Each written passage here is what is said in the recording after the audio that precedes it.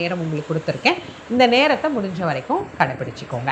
நேரம் என்னங்கிறத இப்போ பார்த்துருவோமா? 3/8/2026 திங்கட்கிழமை காலை 9:15 10:20 வரைக்கும் நமக்கு நல்ல நேரம் அமைஞ்சிருக்கு. எதை தொடங்குவதாக இருந்தாலும் இந்த நேரத்தை பயன்படுத்திக்கோங்க.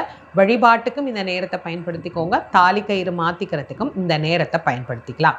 ஒரு சிலர் மதியம் இலை போட்டு படைக்கிற வழக்கம் இருக்குது அப்படின்னா 12:30 1:30 வரைக்கும் நீங்கள் இந்த நேரத்தை பயன்படுத்திக்கலாம்.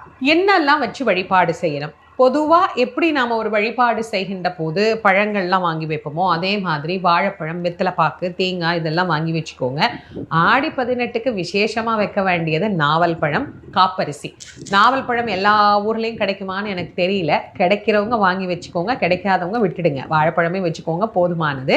காப்பரிசி பண்ணி வைப்பாங்க. அரிசியில் வெல்லம் கலந்து, நாட்டு சக்கரை, அதுக்கப்புறம் எள்ளு.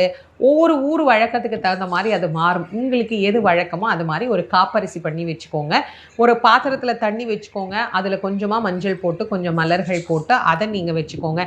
இல்லை பம்பு செட் இருக்குது, கிணறு இருக்குது, மோட்டர் இருக்குது அப்படின்னா அதுக்கு ஒரு பூவு பொட்டு அதெல்லாம் வச்சுட்டு, அதுதான் நமக்கு காவேரி. நம்ம காவேரியை எங்கே போய் தேடுறது? நம்ம வீட்டு கிணறு தான் நமக்கு காவேரி. அதனால் அதை காவேரி மாதாவாக நினச்சி நாம் வழிபாடு பண்ணலாம்.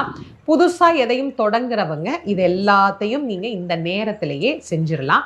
இந்த நேரத்தை ஞாபகம் வச்சுக்கோங்க. இந்த நேரத்தில் இந்த வழிபாடுகளை செஞ்சுட்டு நம்ம வீட்டில் என்றைக்கும் மகிழ்ச்சி பெருகி இருக்கணும் அப்படின்னு நாம் பிரார்த்தனை பண்ணிக்கலாம்.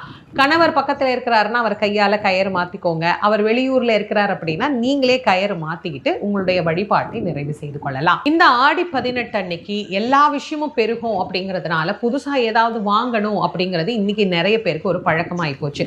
இதை வாங்குங்க, அதை வாங்குங்க, இதை வாங்கினா அப்படி பெருகும், அதை வாங்கினா இப்படி பெருகும் அப்படின்னு சொல்லியே நிறைய நாளை வாங்குறதுக்கான நாளாவே நம்ம மாற்றி வச்சுட்ட மாதிரி இந்த நாளையும் அப்படி தயவு பண்ணி மாற்றிடாதீங்க. ஆடி 18 அன்னைக்கு எப்போதும் நான் சொல்கிற மாதிரி மஞ்சளும் உப்பும் வாங்கி வீட்டில் வைங்க. அதுவே போதுமானது. தங்கம் வாங்கணுமா, வெள்ளி வாங்கணுமா, புடவை வாங்கணுமா, அல்லது பொருட்கள் வாங்கணுமா, இப்படி ஏதாவது ஒன்று வாங்கணுமா அப்படிங்கிறதெல்லாம் இந்த நாளில் கிடையாது. மஞ்சளும் உப்பும் எப்பயுமே ஒரு குடும்பத்தில் மகாலட்சுமியினுடைய வாசத்தை நிலைச்சிருக்க செய்யக்கூடியது. நாம் பயன்படுத்தக்கூடிய ஒரு பொருளும் கூடாது. அதனால் விலை ரொம்ப குறைவு.